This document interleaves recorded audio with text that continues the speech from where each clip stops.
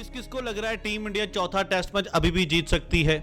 अगर जिसको लग रहा है तो भाई आप सोचते रहो, क्योंकि आपके सोचने से कुछ होने नहीं वाला। क्योंकि टीम इंडिया ऐसी पोजीशन पर आ चुकी है जहां से टीम इंडिया का ये मैच जीतना नामुमकिन हो चुका है। 186 रन 186 रन की इंग्लैंड ने लीड ले ली है।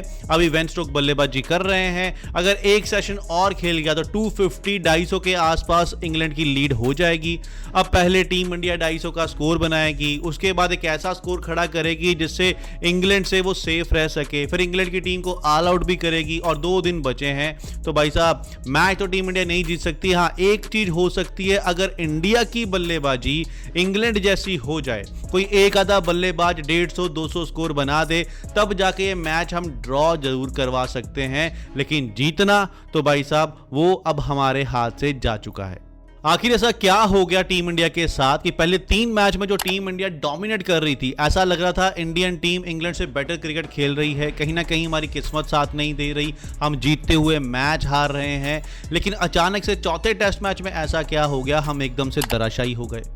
मतलब इस मैच में हमने पहली इनिंग में 358 स्कोर बनाया। अगर आप किसी को बोलोगे इंग्लैंड की ऐसी कंडीशन में टीम इंडिया ने 358 स्कोर बनाया है तो उसको एक अच्छा स्कोर माना जाएगा, क्योंकि ये स्कोर इतना कम नहीं है। लेकिन इस स्कोर को अगर बड़ा स्कोर बनाना है तो फिर आपके गेंदबाजों को भी परफॉर्म करना पड़ेगा। लेकिन गेंदबाजों ने 358 जैसा बड़ा स्कोर इतना छोटा बना दिया, ऐसा लग रहा है जैसे हमने 158 स्कोर बनाया हो। इंग्लैंड ने 544 स्कोर बना लिया है और लग रहा है कि 600 स्कोर इंग्लैंड खड़ा कर देगा। बेन स्टोक अच्छी खासी बल्लेबाजी कर रहे हैं, अपने शतक के पास पहुंच चुके हैं और अपना शतक भी मुझे लग रहा है वो कंप्लीट कर ही लेंगे, क्योंकि जिस तरीके की इंडिया की औसतन गेंदबाजी हो रही है, मुझे नहीं लगता कि बेन स्टोक को रोक पाएंगे।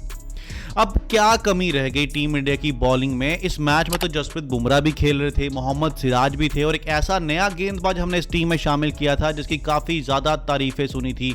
एक इनिंग में 10 विकेट निकाली हुई हैं, मिस्टर अंशुल कंबोज। उसको भी हम लेके आए थे, लेकिन उसके बावजूद हम इंग्लैंड को 600 जैसा बड़ा स्कोर बनाने दे रहे हैं। चलो धीरे धीरे एक एक करके बात करते हैं। शुरुआत करते हैं हमारे मेन गेंदबाज जसप्रीत बुमराह से। क्या वो कर्स जो सोशल मीडिया पे चल रहा है कि बुमराह जब जब सेना कंट्री में टेस्ट मैच खेलते हैं टीम इंडिया हार जाती है और जब बुमराह नहीं खेलते टीम इंडिया जीत जाती है, क्या वो कर्स सही साबित हो रहा है? इन बातों पे मैं तो बिल्कुल यकीन नहीं करता हूं। लेकिन जसप्रीत बुमराह हर एक मैच में परफॉर्मेंस दे रहे हैं, उसके बावजूद भी टीम इंडिया हार क्यों रही है, उसका कारण मैं आपको बताता हूं। सिंपल सी चीज है, आपकी इंटेंशन यहां बहुत मैटर करती है। अगर आपकी इंटेंशन, आपकी प्रेफरेंस क्रिकेट है तो बदले में क्रिकेट भी आपको अच्छे रिजल्ट देता है। लेकिन जैसे ही आपकी प्रेफरेंस क्रिकेट से हटी तो क्रिकेट भी आपको प्रेफरेंस नहीं देता, वो भी आपको हटा देता है। अब देख लीजिए, जसप्रीत बुमराह ने सीरीज शुरू होने से पहले ही कहा था मैं 3 टेस्ट मैच खेलूंगा। 3 टेस्ट मैच खेलने का मतलब क्या है कि आप ये नहीं डिसाइड कर रहे हो कि मैं वहां जाके सीरीज देखूंगा, पहले 3 मैच खेलूंगा, अगर हमारी पोजीशन अच्छी लगी तो मैं अगले 2 मैच भी खेलूंगा, और अगर हमें लगा कि हम ये सीरीज नहीं जीत सकते हैं तो फिर चौथे और 5वें टेस्ट मैच में मैं रेस्ट ले लूंगा। लेकिन आपने दूसरे टेस्ट मैच में ही रेस्ट ले ली, जबकि लग रहा था पहला टेस्ट मैच देखकर कि हम बड़ा अच्छा क्रिकेट खेले हैं। 5-5 शतक पहले टेस्ट मैच में आ गए थे। जसप्रीत बुमराह को दूसरा टेस्ट मैच खेलना चाहिए था। वो तो चलो हमारे गेंदबाजों ने अच्छी परफॉर्मेंस की, हम दूसरा टेस्ट मैच जीत गए, लेकिन आपके ऊपर ये दाग तो लग गया कि आप वो टेस्ट मैच नहीं खेले, इसलिए हम वो टेस्ट मैच जीत गए। ये इसीलिए हुआ क्योंकि आपने जो प्रेफरेंस है वो क्रिकेट को नहीं दी, आपने अपने आप को प्रेफरेंस दी, कहीं मैं इंजर्ड ना हो जाऊं। मैं इंजर्ड हो गया तो मेरे आगे वाले मैचेस में से मिस ना हो जाएं, मेरे जो कॉन्ट्रैक्ट्स हैं वो मेरे से मिस ना हो जाएं। तो नहीं साहब, आपको हमेशा क्रिकेट को प्रेफरेंस देनी है। मैं इंजर्ड हो जाऊं, मैं जख्मी हो जाऊं, लेकिन मैं क्रिकेट के नाम से इतना बड़ा स्टार बना हूं, मैं क्रिकेट को पीछे नहीं कर सकता। जब तक आपकी सोच ये रहेगी, क्रिकेट आपको हमेशा ऊंचाइयों पर रखेगा। अब बात कर लेते हैं मोहम्मद सिराज की। मोहम्मद सिराज के बारे में तो यार मैं कुछ गलत कहना ही नहीं चाहता, क्योंकि मोहम्मद सिराज इतना मेहनती गेंदबाज है ना, उसने आज तक मुझे लगता नहीं कोई मैच मिस भी किया होगा अपनी फिटनेस के कारण। वो हमेशा खेलता है और हर ओवर, हर गेंद पर उतना ही एफर्ट लगाता है जितना वो अपने स्पेल की पहली गेंद पर लगाता है।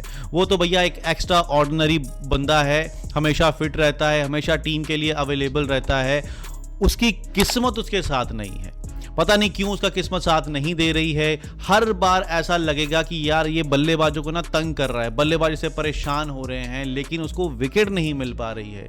कभी ना कभी कोई कैच छोड़ देगा, लेग बिफोर की अपील होगी तो अंपायर्स कॉल हो जाएगी, कुछ ना कुछ उसके साथ चलता रहता है जिसके कारण उसको विकेट नहीं मिल रही है। लेकिन उसके एफर्ट में कोई कमी है ये हम नहीं कह सकते। अब बात कर लेते हैं अंशुल कंबोज की। अंशुल कंबोज की तो एक स्पेशल मैं सेपरेट वीडियो बनाऊंगा जिसमें प्रॉपर बात की जाएगी अंशुल कंबोज और बाकी गेंदबाजों को लेकर।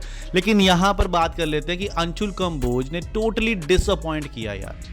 इस बंदे को स्पेशली इंडिया से बुलाया जाता है और सीधा प्लेइंग लेवल में ऐड कर लिया जाता है, और उसके बाद ये करता क्या है भाई साहब, मतलब मैं आपको इसका ओवर दिखाता हूं। इस ओवर में आप देखिए इसने किस स्पीड से गेंदबाजी की है, 119, 121, मतलब 120 की स्पीड से आप इंग्लैंड के गेंदबाजों को तंग कर सकते हो, सवाल ही पैदा नहीं होता। हमारे यहाँ पर संडेज में जो क्रिकेट खेलते हैं ना, जो मतलब वीक डेज में क्रिकेट खेलते भी नहीं है, सिर्फ संडे को क्रिकेट खेलते हैं, वो भी 120 से ज़्यादा की स्पीड डाल लेते हैं, और आप इंटरनेशनल लेवल पर पहुंचकर 120 की स्पीड डाल रहे हो।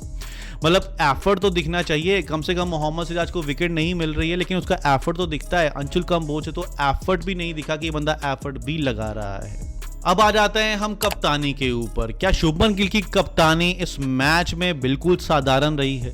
क्या उसके कारण इंग्लैंड 600 जैसा बड़ा स्कोर बनाने के पास पहुंच गया है? तो मेरा जवाब है हाँ, बिल्कुल बेकार कप्तानी लगी मुझे, क्योंकि वाशिंगटन सुंदर को आपने क्यों ओवर नहीं करवाया?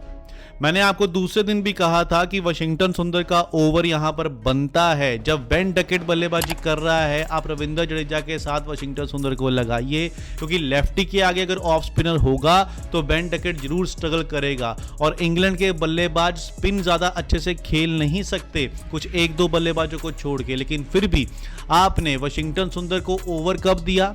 अगले दिन 67 ओवर के बाद, और वो भी इसलिए दिया क्योंकि आपको नई गेंद चाहिए थी और आपको लगा बाकी गेंदबाजों को मैं रेस्ट करवा लेता हूं, यहां वाशिंगटन सुंदर से और रविंद्र जडेजा से 12 ओवर करवाकर नई गेंद ले लेंगे।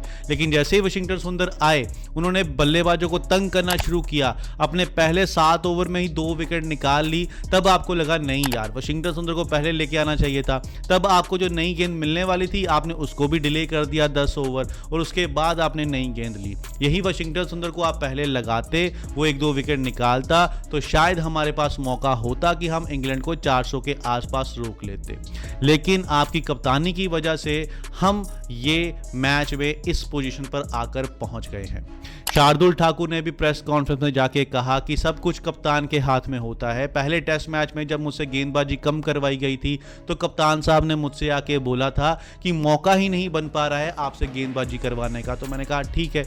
अब इस मैच में भी उसने कहा कि मैं 2 ओवर और करवा सकता था, लेकिन प्लेयर्स के हाथ में कुछ होता नहीं है, सब कुछ कप्तान के हाथ में होता है। और कप्तान साहब ने शार्दुल ठाकुर से पहले दिन से 5 ओवर करवाए थे, स्कोर उनको ज़्यादा आए। लेकिन मुझे लगता है अगर शार्दुल ठाकुर को आप अंशुल कंबोज की जगह गेंदबाजी दे देते ना, नई बॉल पकड़ा देते, शायद वो विकेट निकाल लेता। अब मैच सिर्फ इसलिए देखा जाएगा कि टीम इंडिया कितनी जल्दी इंग्लैंड को ऑल आउट कर लेता है और टीम इंडिया की बल्लेबाजी कैसी होती है। अब मैच इसलिए नहीं देखा जाएगा कि टीम इंडिया ये मैच जीत पाता है कि नहीं, बस ये इंतजार रहेगा कि टीम इंडिया किसी तरीके से ये मैच को ड्रॉ करवा ले, ताकि अगले मैच में हमारे पास ये सीरीज ड्रॉ करने का मौका रहे। ये मैच हार गए तो हम सीरीज भी हार जाएंगे, और सीरीज हार जाएं फिर उसके बाद आप जसप्रीत बुमराह को रेस्ट दो, जिसको मर्जी रेस्ट दो, क्या फर्क पड़ता है। हर बार ये उम्मीदें लगा के जाते हैं कि इस बार इंग्लैंड में सीरीज जीत के आएंगे, लेकिन हर बार रिजल्ट वही निकलता है।